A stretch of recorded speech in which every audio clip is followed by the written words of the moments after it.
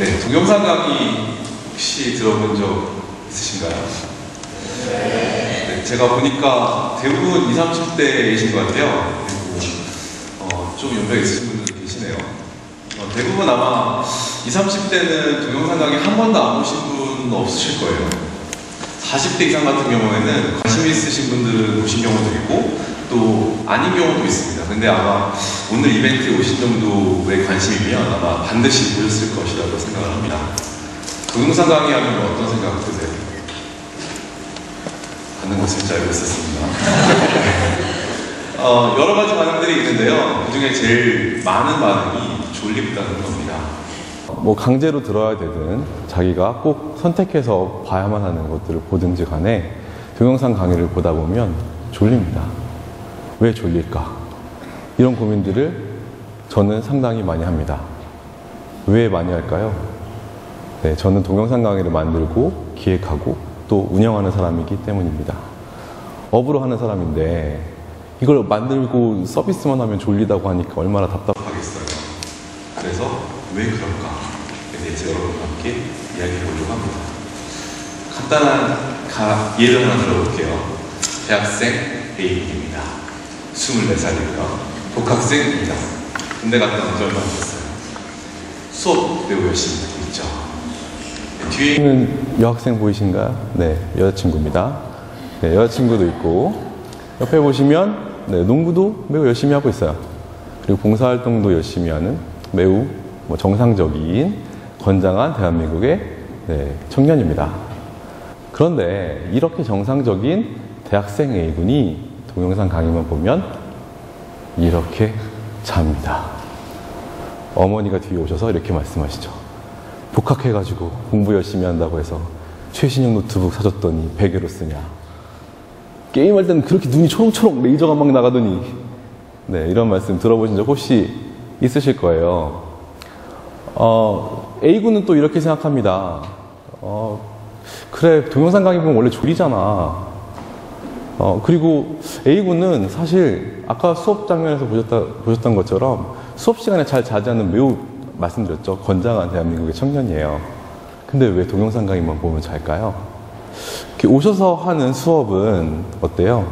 앞에 강사도 있고 뒤에 성적을 체크하는 조교도 있습니다. 그러니까 웬만한 용기나 아니면 정말 내가 오늘 잘 수밖에 없어 이런 상황이 아니라면 자기 힘들어요. 물론 그럼에도 불구하고 주무시는 분들이 계시긴 해요. 네. 그렇지만 동영상 강의 같은 경우에는 어때요? 누구도 타치하는 사람이 없습니다. 요즘에 좀 기술이 좋아져서 웹캠이 이렇게 보는 경우가 있어요. 얼굴을 인식하고. 그렇지만 아직까지 국내 서비스에는 그런 것이 도입되진 않았습니다. 그렇기 때문에 자는 거예요. 근데 A군 입장에서는 또 어떨까요? 자더라도 동영상 강의는 어때요? 언제 어디서나 다시 클릭하면 처음부터 다시 시작합니다.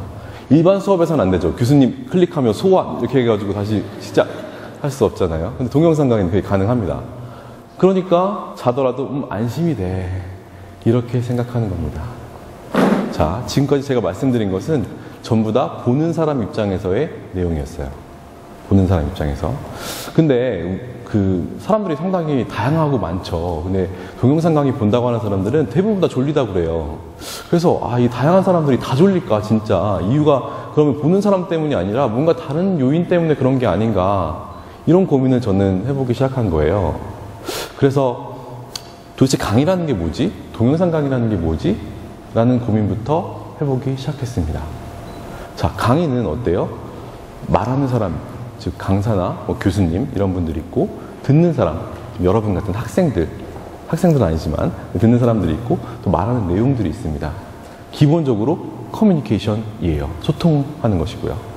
그렇기 때문에 이 말하는 사람과 듣는 사람, 이 사람들이 어떻게 커뮤니케이션 하는지가 상당히 중요합니다. 그래서 제가 커뮤니케이션 관련된 연구들을 쭉 찾아봤어요. 그 중에서 재밌는 말이 이거였습니다. 커뮤니케이션의 대부분은 비언어 텍스트, non-verbal 텍스트에 의해서 이루어진다. 비언어 텍스트가 뭐냐면요. 언어 텍스트는 이런 거죠. 말, 글 이런 거예요. 근데 비언어 텍스트는 지금 여러분께 제가 말하고 있는 말의 속도라든지 이런 동작들, 네, 제스처, 동선 이렇게 움직이는 것들 이런 게 비언어 텍스트예요. 그런데 재밌는 연구 결과들을 보면 어떤 것이 있냐면 여러분이 어떤 대화를 할 때 비언어 텍스트에 의해서 의미가 전달되는 게 70%래요. 그리고 심지어 어떤 연구에서는 90%까지 비언어 텍스트에 의해서 전달된다고 하는 거예요. 예를 들어서 어떤 문자가 왔어요. 내일까지 자료를 보내드리겠습니다. 이렇게 하면 어떤 느낌이 드세요? 되게 딱딱하죠. 이 사람이 나에게 어떤 공격을 하지 않을까? 근데 우리는 그 뒤에다가 이렇게 요것만 붙여주면 이 사람은 매우 밝게 웃으면서 내일까지 꼭 보내드리겠습니다. 이렇게 말하는 거구나. 이렇게 느낀다는 거죠. 이게 뭔데? 꽃표가 뭔데? 산 모양이 뭔데? 비언어 텍스트라는 거예요. 교육학에서는 이렇게 모여서 수업하는 경우 70%가 이런 비언어 텍스트에 의해서 학생들에게 전달이 된다. 이런 연구 결과가 있습니다. 그래서 이렇게 모여서 하는 수업에서는 비언어 텍스트가 잘 이루어지는데 동영상 강의에서는 어떨까? 이거에 대한 고민을 해보기 시작했어요. 그래서 강의에 도대체 이루어진 요소들이 뭐지? 라고 한번 조사를 해봤습니다. 그랬더니 이렇게 여러 가지 내용들이 있어요. 강의를 할 때 뭐 발표 자료라든지 강연 내용이라든지 이런 것도 있고요. 아이 컨택 잘 아시죠? 눈 맞춤도 있고, 그리고 제가 말하는 지금 톤을 막 조절하기도 하고 말 속도를 빠르게 아니면 천천히 하기도 하고 이렇게 여러 가지 다양한 것들을 하고 있습니다. 그런데 이게 일반 수업에서는 다 이루어지는 내용들이에요. 근데 이게 동영상 강의로 탁 넘어가게 되면 어떤 일이 벌어질까요? 제일 먼저 안 되는 것이 눈 맞춤입니다. 눈 맞춤이 사라져요. 강사들이 처음 이제 강의를 하게 되면 눈 맞춤을 잘 못해요. 근데 아무리 잘하는 강사더라도 카메라랑 눈 맞춤하는 거 정말 힘듭니다. 카메라 어때요? 빨간불을 딱 켜놓고 렌즈만 딱 보고 있어요. 눈 맞춤은 눈 맞춤에서 끝나는 게 아니라 그 다음 반응들이 이루어져요. 눈을 딱 맞췄는데 이 사람이 내 말을 잘 이해하고 있어. 그러면 고개를 끄덕끄덕 하죠. 근데 황당한 말을 하거나 아니면 잘못 이해하고 있어. 그러면 반응이 어때요? 이렇게 된다고요. 근데 카메라는 어때요? 빨간 불만 레이저처럼 막 쏘고 있습니다. 그렇기 때문에 강사는 이거에 대한 반응, 만약에 긍정이나 부정을 알게 되면 말 톤을 조절하거나 아니면 속도를 조정해요. 빨리빨리 이해한다고 생각되면 말 속도를 막 빨리 합니다. 재밌는 말들을 막 빨리 하려고 하죠. 근데 이해가 안 되면 속도를 느리게 하려고 하죠. 이런 피드백을 바로바로 적용시킬 수 있는데 카메라도 그런 피드백을 주지 않잖아요. 그렇기 때문에 말 속도가 점점 빨라집니다. 왜냐하면 이제 첫 번째 이유는 뭐냐면 이 찍는 상황이, 저도 지금 막 찍히고 있는데 너무 이렇게 힘들어요. 편한 상황은 아니에요. 그래서 빨리 끝내고 도망가고 싶어요. 그렇기 때문에 막 속도가 빨라지고요. 톤도 일정해져요. 그렇게 되다 보니까 어떻게 될까요? 표정은 또 굳어요. 네, 미소를 지을 수 없어요. 카메라가 이렇게 앞에서 빨간불을 쏘고 있으면. 그렇게 되면 자연스럽게 뭐가 사라지냐면 말의 속도나 톤이 사라지게 됩니다. 동영상 강의의 맹점이에요. 말의 속도나 톤이 사라진다는 소리는 뭐냐면 리드미컬한 것이 사라진다는 거예요. 리드미컬하지 않으면 어떻게 될까요? 동작, 얼굴, 표정, 동선 이런 거는 웬만한 연기자 아닌 이상 이걸 해낼 수 없습니다. 강사들이나 뭐 교수님들은 물론 연극영화과 교수님들이 있지만 그런 분들이 아닌 이상 연기자가 아니에요. 그러니까 리듬 없이 동작을 할 수 없다고요. 이렇게 되면 동영상 강의는 결국 발표 자료와 강연 내용, 아까 제가 말씀드린 나머지 30% 재미없는 부분, 다이나믹하지 않은 부분만 남게 됩니다. 그러니 졸리죠. 여러분의 책임이 아니라는 거예요. 지금까지 내가 의지가 약해서 이렇게 생각하셨는데 아니라는 겁니다. 재미없게 만들었으니까 졸린다는 거예요. 그러면 이제부터 어떻게 재밌게 만들지 말씀드려 보겠습니다. 첫 번째, 체인지입니다. 체인지는요, 만드는 사람의 이야기예요. 만드는 사람. 그러니까 뭐 PD나 강연 제작자 이런 사람들을 말씀드리는 거예요. 이 조각상 잘 아시죠? 네, 미켈란젤로. 피에타입니다. 한번 교과서에서 보셨을 거예요. 재밌는 비밀 하나 알려드릴게요. 성모상이 예수님 안고 있는 모습이죠. 성모상이 여자죠, 당연히. 예수님 남자입니다. 성모의 덩치가 예수님의 덩치보다 더 큽니다. 그렇죠. 왜 그럴까요? 미켈란젤로가 조각하다가 대충 하다 보니까 이게 돌이 사이즈가 안 맞아가지고 아닐 거예요. 천재 조각가죠, 미켈란젤로는. 자, 이 조각상은 이렇게 보는 게 아니라 위에서 보는 거라고 합니다. 위에서 보시면 성모상은 머리랑 어깨 부분만 보여요. 더 축소돼 보이죠. 예수님은 정면이 보이기 때문에 더 크게 보여요. 위에서 아래로 보시면 더 비율이 맞게 보인다는 거예요. 자, 조각은 바꿀 수 없습니다. 그렇기 때문에 이렇게 몸의 비율을 다르게 할 수밖에 없어요. 근데 동영상은 어떨까요? 우리에게 놀라운 기술이 있죠. 줌인 줌아웃. 그죠? 당겨서 볼 수도 있고 멀리서 볼 수도 있고. 예시 보여드릴게요. 자, 잘못된 예입니다. 오거나이저 분들이 잘 도와주셨어요. 네, 교실에서 수업하는 장면을 찍은 건데요. 왼쪽이랑 오른쪽 카메라 2대로 찍은 거예요. 똑같은데? 창문이 더 보이고 덜 보이고, 그죠? 이렇게 찍는 동영상 강의들 되게 많아요. 어떻게 될까요? 우리 뇌는 되게 스마트해요. 그래서 변화가 없다라고 생각하고 이 변화에 대해서는 더 이상 인지하지 않고 그래, 너 변화 없구나 이렇게 생각한다고요. 이 두 장면을 왔다 갔다 하더라도 뇌는 똑같은 장면이야. 말소리만 계속 듣는 거예요. 자, 미디어가 하나씩 줄어들음에 따라서 점점 더 지루해집니다.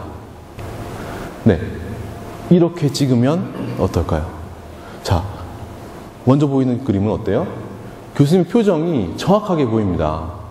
그죠? 찡긋하는 표정인지 아닌지. 자, 다음 그림 보시면 멀리서 찍었어요. 심지어 이 반팔 입고 있는 학생은 옆에 학생을 째려보고 있어요. 그죠? 이런 장면까지 다 볼 수 있어요.